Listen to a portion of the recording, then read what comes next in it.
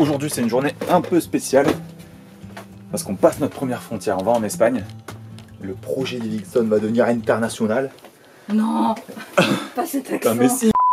Vous êtes sur Livingstone, La chaîne du voyage en tiny house.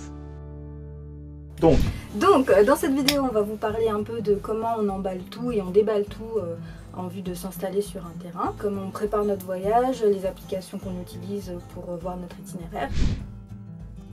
vas-y Unai, dis-nous tout. Alors la première étape avant de partir d'un terrain, on utilise l'application Park4Night. On fait une recherche dans la zone qu'on a choisie et l'application nous donne différents lieux, que ce soit des endroits sauvages, publics, des parkings privés ou payants, ou des campings. On vérifie quand même sur Google Maps si c'est bien accessible, si on peut avoir un numéro de téléphone pour appeler au cas où. Et ensuite on utilise l'application Sigic Truck qui nous permet de faire notre itinéraire avec des paramètres de poids, de taille, de longueur, largeur, hauteur, tout ça.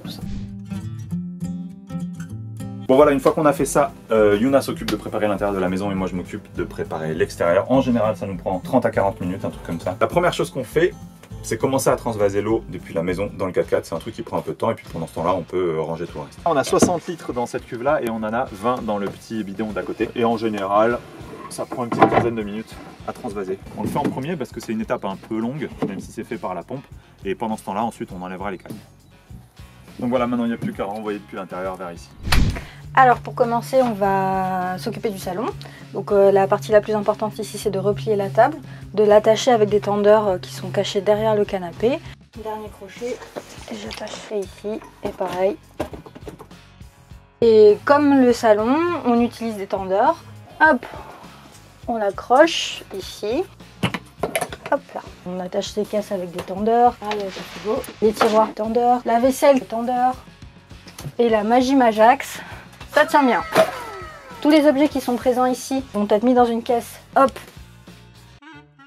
On va le caler dans la salle de bain. Délicatement. Et le pommeau de douche, on le met en bas pour éviter que l'eau qui reste dans les tuyaux ne coule sur nos fruits et légumes. Donc en général, on a la bouteille de gaz ici, on la ferme tout simplement. Là, on l'a mise dans la voiture parce qu'on devait la changer. Et ensuite, ce qu'on fait, c'est qu'on éteint l'énergie. On coupe le 220 et on coupe le 24 volts, tout simplement. Ensuite, il s'agit d'enlever les cales de la maison. On sert de la rouge au quai pour lever et baisser la tête de la maison. Donc voilà, et le processus c'est le même à l'inverse quand on cale la tiny house. Dernière étape pour enlever les cales, c'est de défaire ce cric. C'est important au début. Caler votre tiny house, de vous entraîner un peu, énormément votre temps parce que nous on a fait une connerie. J'ai failli exploser un doigt de Yuna. Elle était en train de caler de l'autre côté, je le savais pas. J'ai défait le truc et elle avait son doigt entre la cale en bois et le châssis de la maison. Elle a juste eu le temps de le retirer par je ne sais quel réflexe. Bref, c'est quand même assez dangereux, donc faites assez attention et entraînez-vous. Ok, donc ici, c'est un peu de gymnastique. En gros, tous les bouquins, je les mets là. Tous mes objets qui sont là, ils sont fragiles. Il faut absolument pas qu'ils tombent ou qu'ils s'entrechoquent. Je fais un petit cercle avec mes livres. 2 hours later. Et je mets tous mes gris-gris au centre. Comme ça, au moins, je sais qu'ils vont pas s'échapper. 1 eternity later. Puis des fois, je mets d'un petit coussin parce que voilà, comme ça, je peux bien les caler. Moi, je m'occupe de l'extérieur quand elle fait l'intérieur. Et je dois te dire que là, je découvre, je savais pas du tout qu'elle faisait ça avec ces petites pierres. Moi, pour moi, on fonçait avec tout qui était en place.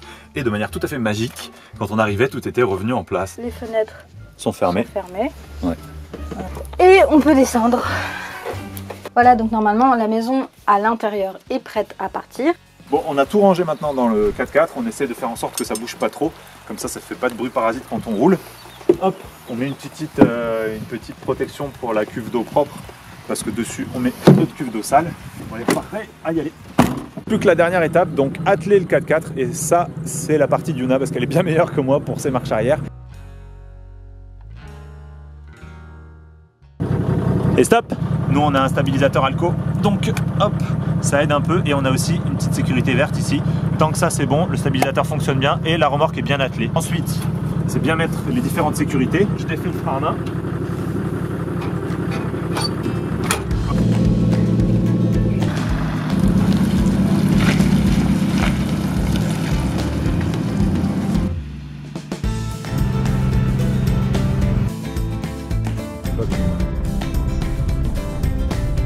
Non mais il nous fait un geste en nous disant de venir. Ah, tu penses? Oui, Au final, les gardes frontières ne nous arrêtent même pas. La seule difficulté du voyage, ce sont les fortes montées, donc on roulera souvent entre 40 et 50 km/h.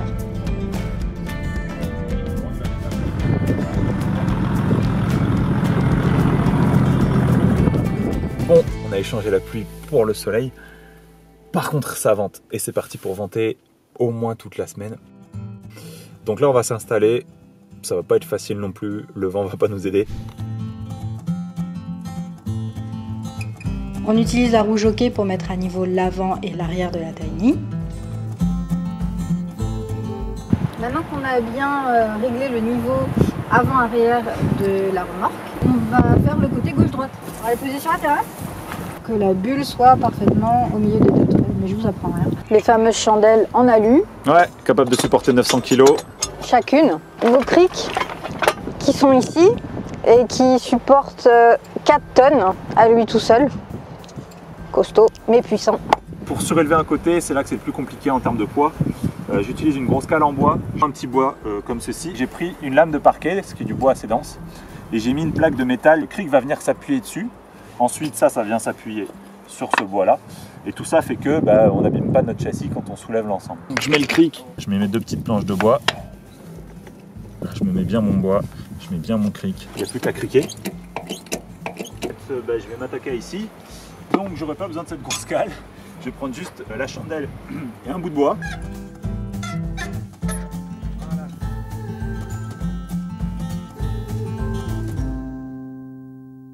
Bon voilà, vous avez vu un cycle complet. Aujourd'hui avec le tournage, ça nous a pris quasiment la journée. Là maintenant, il n'y a plus qu'à rebrancher tous les systèmes, remettre le gaz, remettre l'électricité, remettre à peu près tout à flot dans la maison. Puis on sera bon, on va pouvoir apprécier ce joli petit décor espagnol. On est au bord d'un petit canyon.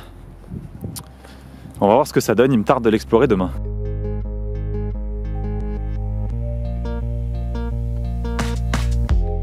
Tout ce qu'on a pu vous dire dans cette vidéo est issu de la quasi-année qu'on a passée en nomadisme. Ça va bientôt faire 1 an. Attends mon gars. Mouche.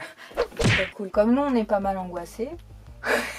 On a énormément pensé à tous les systèmes qui pourraient nous aider pendant la conduite. 40 000 rétros.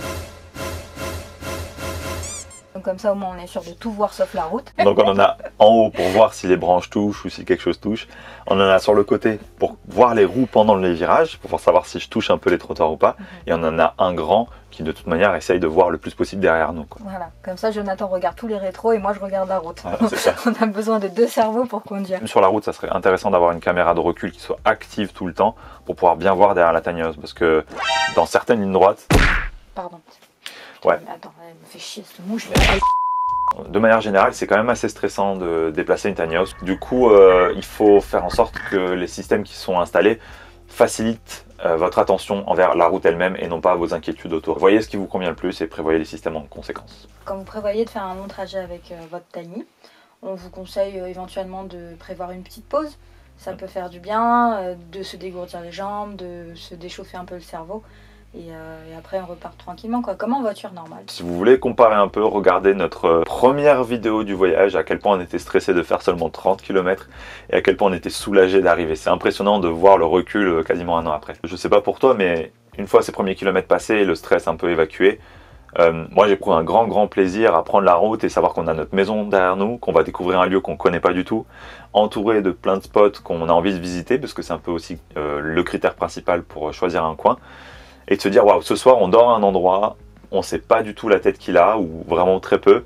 Et demain matin on va se réveiller, entre guillemets, dans une nouvelle vie, un nouveau petit monde, quoi. Ça c'est hyper intéressant. T'as le paysage qui défile et t'as vraiment la sensation de partir à l'aventure. À l'arrivée, vous ne voulez pas arriver de nuit. Ça c'est une certitude. C'est le meilleur moyen d'emboutir votre Tiny ou de mal se garer. Ce qu'on aime bien faire, nous, quand on choisit un spot et la manière dont on s'oriente, déjà on essaie de choisir le sol le plus plat possible, si possible sur herbe, parce que les pneus peuvent s'enfoncer un peu dans le sol, c'est pas très grave, ça les déformera pas. Et on fait gaffe aussi à l'orientation du soleil. On aime bien avoir la terrasse face au soleil, et en même temps, on fait gaffe à la course du soleil pour que nos panneaux soient constamment bien orientés. Ça nous est arrivé d'être sur des terrains où les panneaux étaient direction nord. Je peux te dire que ton autonomie énergétique, elle est un peu réduite. Donc maintenant qu'on vous a fait un petit débrief des étapes du voyage, on va répondre aux 3 questions qu'on nous pose le plus fréquemment pour terminer cette vidéo. Bah une Tiny c'est pas fait pour rouler. Ouais, on entend très souvent ça. Il y a même des professionnels qui disent ça aux gens qui souhaitent commander une tiny house pour se déplacer. Alors Jamie, une tiny, c'est fait pour rouler? Oui, c'est fait pour rouler, c'est même fait pour rouler des grandes distances. En tout cas, c'est ce que nous, on pense, puisqu'on le fait au quotidien depuis quasiment 1 an maintenant. Après plus de 3000 km, différents types de routes, différents types de vents, de météo, toutes les saisons, on n'a constaté aucun point d'usure dû à la construction. On fait assez attention, on n'hésite pas à prendre vraiment notre temps, à aller tout doucement sur les routes un peu caouteuses. Et jusqu'à présent, pas de soucis, il faut prendre soin de son matériel et tout va bien, quoi. Est-ce dangereux? Parce que ça, c'est très fréquent. On nous dit, mais vraiment, c'est pas dangereux de se balader avec ça. C'est vrai que c'est un gros attelage avec un petit 4x4 à côté. Ça inspire pas la confiance. Que diriez-vous? En soi, si on fait attention, il n'y a pas de raison qu'on devienne dangereux sur la route. Par contre, il y a des gens qui prêtent trop attention à la tiny house, et ça nous est arrivé notamment en ville, que des gens soient à 2 doigts de rentrer en contact direct pour nous regarder et prendre une photo. Donc le danger viendrait plus de comportement d'autres gens, mais ça nous met, on n'a pas eu la sensation de se sentir nous en danger, plus les usagers entre eux, quoi. Donc ça c'est, mais ça on n'y peut pas grand chose nous. Peut-on aller partout avec une tiny house? Vous serez plus rarement à des endroits où vous êtes absolument seul au monde en pleine nature, comparé à un van ou un petit camping-car. Par contre, vous gagnez en lien social, puisque forcément les gens viennent vous voir et puis vous avez tendance à vous mettre à des endroits où c'est un peu plus fréquenté. Bon, on arrive presque à la fin de cet épisode de voyage, on espère que ça vous a plu. N'hésitez pas à vous abonner à notre compte Instagram. Si la vidéo vous a plu, un petit pouce bleu, ça fait toujours plaisir aux algorithmes et ça nous permet d'être un peu plus mieux recensés. Donc voilà, n'hésitez pas, prenez la route si vous en avez envie, mais en tout cas, rien ne vous en empêchera.